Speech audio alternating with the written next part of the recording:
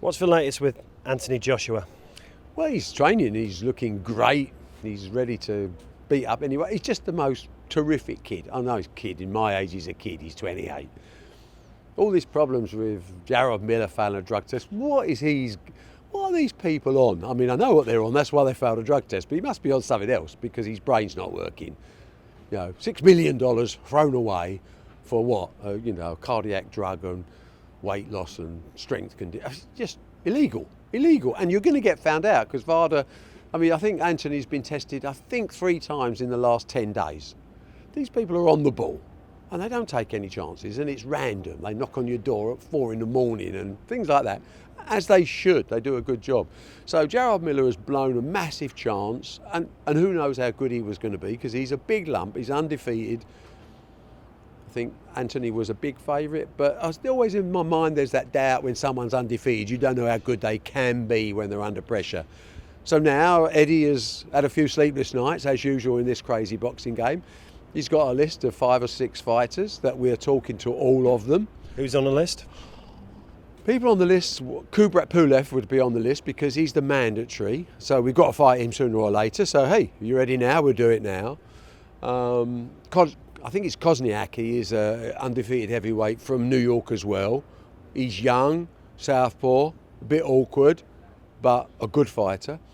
You sort of look then down, you've got, Eddie would reel off these names so much. Dillian Whyte on the list? Dillian Whyte's on the list, of course. Dillian turned down the fight originally for quite a lot of money because we couldn't agree rematch clauses. And Dillian, to be honest, is in a really strong position for the World Championship anyway. The WBC are about to rule whether he is the mandatory for Deontay Wilder, and I think they're going to rule quite soon whether Deontay Wilder's got to have him as the next fight. Well, that puts Dillian, because I think Dillian Whyte beats Deontay Wilder. I have a low opinion of technical ability of Deontay Wilder. He can punch, but very little else, and he's quite small. So I don't really worry about him. I love that fight for AJ. But clearly Deontay doesn't love that fight for Deontay. So could it happen one day?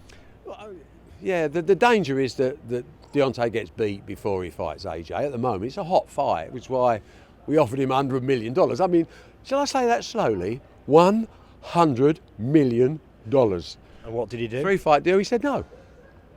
So okay, convince me that you want the fight because the money is just obscene, and they're entitled to it.